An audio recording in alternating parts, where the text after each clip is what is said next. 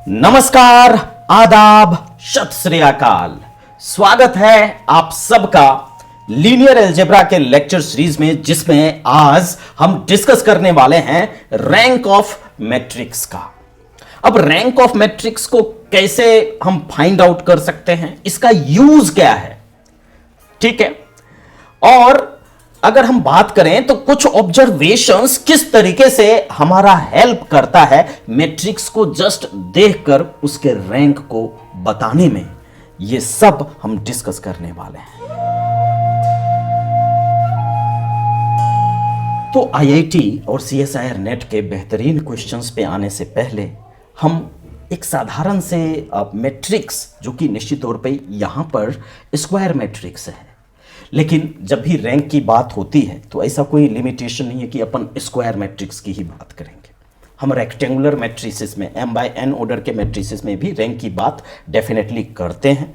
और जैसे ही परिभाषा, डेफिनेशन जो है वो क्लियर हो जाएगा तो हम वहां पर भी जाएंगे, ठीक है। सबसे पहले यहां पर जो रैंक निकालने का दो तरीका है ना। पहला तो डेफिनेशन पे ही आधारित है, माइनर से रिलेटेड या सब मैट्रिक्स से रिलेटेड, और जो दूसरा है वो एचेलोन फॉर्म में लाकर और उसके बाद उसके रैंक को फाइंड आउट करने की कहानी है। रैंक की सहायता से सिस्टम ऑफ लीनियर इक्वेशंस को सॉल्व करने में बहुत सहूलियत होती है ना। कितने सॉल्यूशंस होंगे, है ना, ये सब बातें हम बड़े आसानी से निकालते हैं। इसके अलावा मैट्रिक्स के बहुत सारे प्रॉपर्टीज, ठीक है, जो कि सिस्टम ऑफ लीनियर इक्वेशंस के नेचर को डिसाइड करते हैं, या फिर वहां से जो मैथमेटिकल मीनिंग हमें हेल्प करता है जनरल लाइफ प्रॉब्लम को सॉल्व करने में, ठीक है, वो सारी बातें जो होती है उसमें भी रैंक ऑफ द मैट्रिक्स का एक बहुत ही अहम योगदान है। इस लेक्चर सीरीज में डेफिनेटली हम इन चीजों को यहां पे कंटिन्यू करने की कोशिश करेंगे, लेकिन उस कोशिश से पहले, सबसे पहले हम यहां पे इसके रैंक की बात करेंगे। देखिए, जब भी रैंक की बात होती है ना, ठीक है, जैसे यहां पे 3x3 ऑर्डर का मैट्रिक्स है, तो हमने सबसे पहले बोला कि यहां पे जो हम बात कर रहे हैं स्क्वायर मैट्रिक्स की बात कर रहे हैं।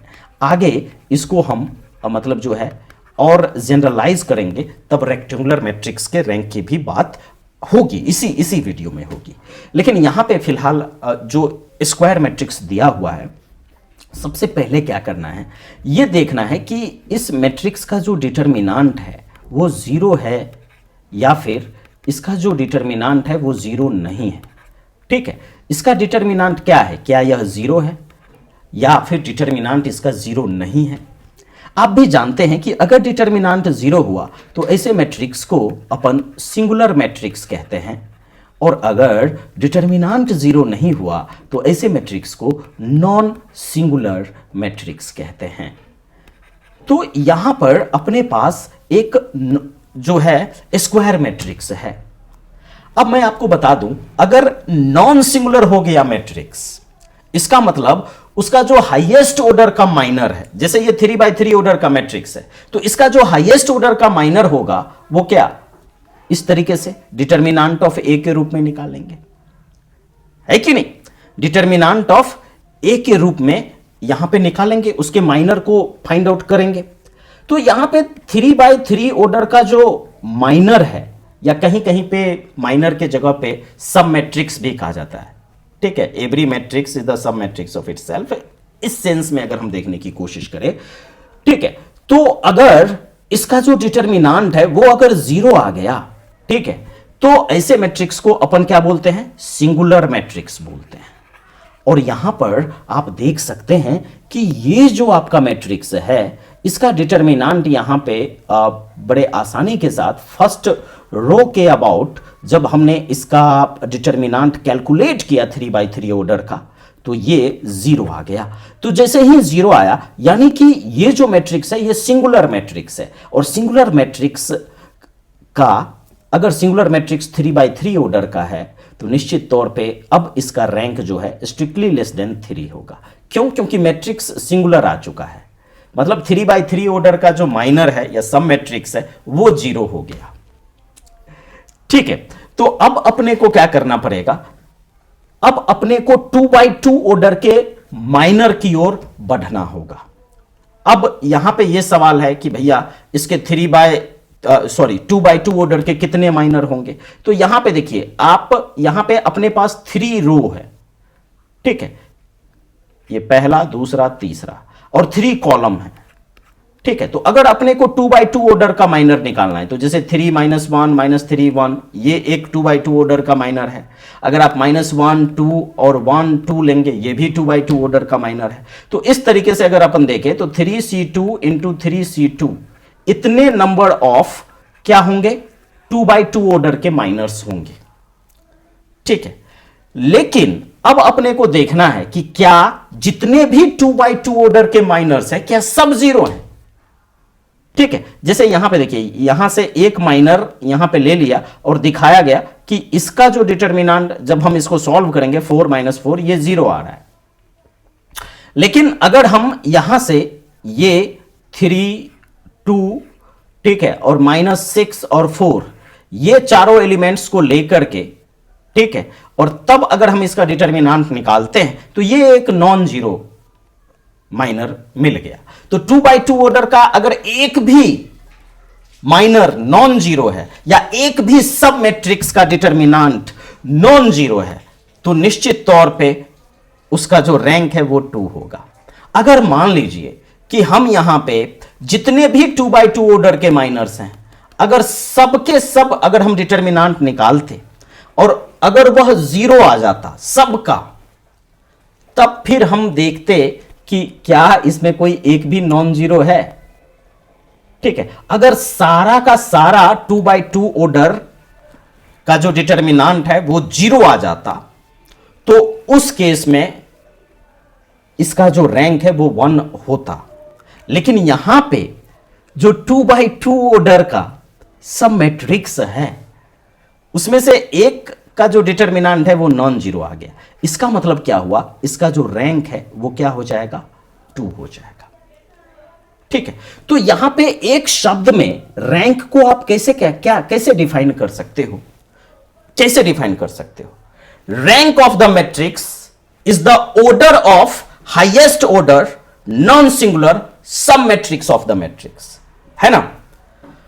हाईएस्ट ऑर्डर का जो नॉन जीरो माइनर है या नॉन जीरो सब मैट्रिक्स है वही उस मैट्रिक्स का क्या है, रैंक है, ठीक है। लेकिन इस मेथड में, इस परिभाषा वाले मेथड में एक दिक्कत है कि भैया अब बार बार हम क्या करेंगे, 2 by 2 ऑर्डर के सारे सब मैट्रिसेस ले लेके और फिर उसका रैंक निकालने मतलब उसका डिटर्मिनेंट निकालने का काम करना निश्चित तौर पे एक टीडियस टास्क है।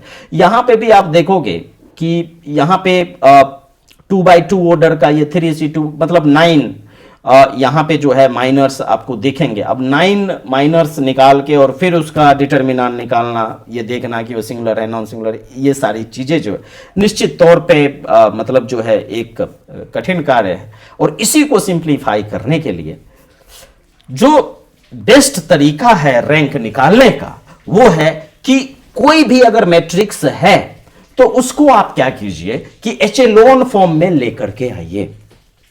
और अगर आपका मैट्रिक्स एचेलॉन फॉर्म में आ गया तो उसके बाद आपको सिर्फ नंबर ऑफ नॉन जीरो रो को काउंट करना होगा, ठीक है। नंबर ऑफ नॉन जीरो रो को काउंट करना होगा, ठीक है। और नंबर ऑफ नॉन जीरो रो ही उसका रैंक डिसाइड करेगा।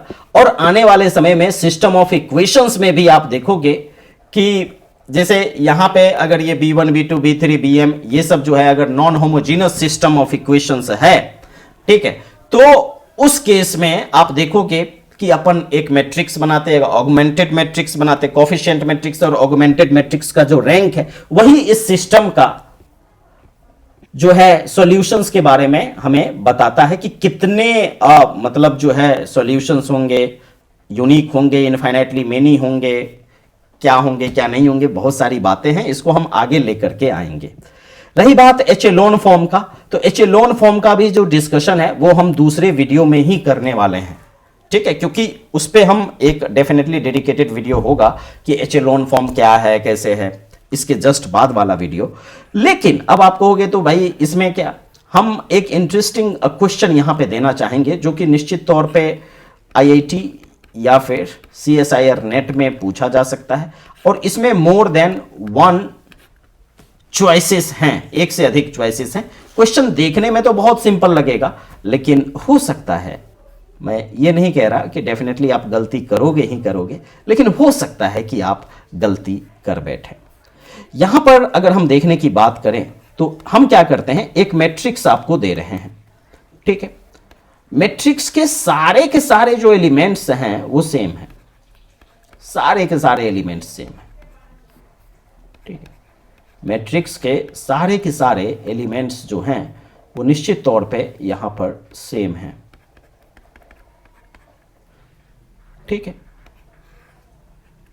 और यहां पे हमने आपको शुरू में ही बोला था कि हमेशा हम, ऐसा कोई जरूरी नहीं है कि आपके सामने स्क्वायर मैट्रिक्स लेकर के ही काम करेंगे, ऐसा कोई जरूरी नहीं है, ये हमने आपको शुरू में ही बोला था। तो इसीलिए इस क्वेश्चन को थोड़ा सा इंटरेस्टिंग बनाने के लिए हमने यहां पे m/n ऑर्डर का मैट्रिक्स लिया है, मतलब m नंबर ऑफ रोज है and n number of columns है, ठीक है। Then rank of A may be, rank of A क्या हो सकता है, 0, option B 1, option C 2 and option D 3, ठीक है। एक से अधिक यहां पे आंसर्स हो सकते हैं, और आपको निश्चित तौर पे इस क्वेश्चन का जो जवाब है वो कमेंट सेक्शन में देना चाहिए। जो भी ऑप्शन सही लगता है, एक से अधिक, उन सारे ऑप्शंस को आप टाइप कर सकते हैं, ठीक है। नेक्स्ट जो हमारा वीडियो है, ये वीडियो काफ़ी दिनों के बाद आया है, तो नेक्स्ट वीडियो में हम यहीं से जो है, जो डिस्कशन है उसको कंटिन्यू करेंगे। रही बात कि आप ये कहेंगे कि भैया ये जो चीज़ें हैं, थोड़ा सा यहाँ पे मैं चीज़ों को हाईलाइट करना चाहूँगा कि रेक्टेंगुलर मैट्रिक्स के बारे में, अगर m/n ऑर्डर का मैट्रिक्स है तो इसका जो रैंक है लेस देन और इक्वल टू m भी होगा, इसका जो रैंक है लेस देन और इक्वल टू n भी होगा, ठीक है। और जो फाइनल रिजल्ट है वो ये है कि इसका जो रैंक है रेक्टेंगुलर मैट्रिक्स का वो लेस देन और equal to minimum of m, n होगा, ठीक है। रेक्टेंगुलर मैट्रिक्स के रैंक के बारे में भी हम नेक्स्ट वीडियो में निश्चित तौर पे बेहतरीन तरीके से डिस्कस करेंगे, लेकिन यहां पे इसके रैंक के बारे में आप क्या कहते हैं, ठीक है, ये जानना इंटरेस्टिंग है, ठीक है। बहुत दिनों के बाद पहला वीडियो है तो मैं इसको ज़्यादा लंबा नहीं खींचना पसंद कर रहा हूं, लेकिन नेक्स्ट वीडियो में हम निश्चित तौर पे इसके सॉल्यूशंस को लेकर के आएंगे, ठीक है। मिलते हैं नेक्स्ट वीडियो में, तब तक के लिए बहुत बहुत धन्यवाद, थैंक यू।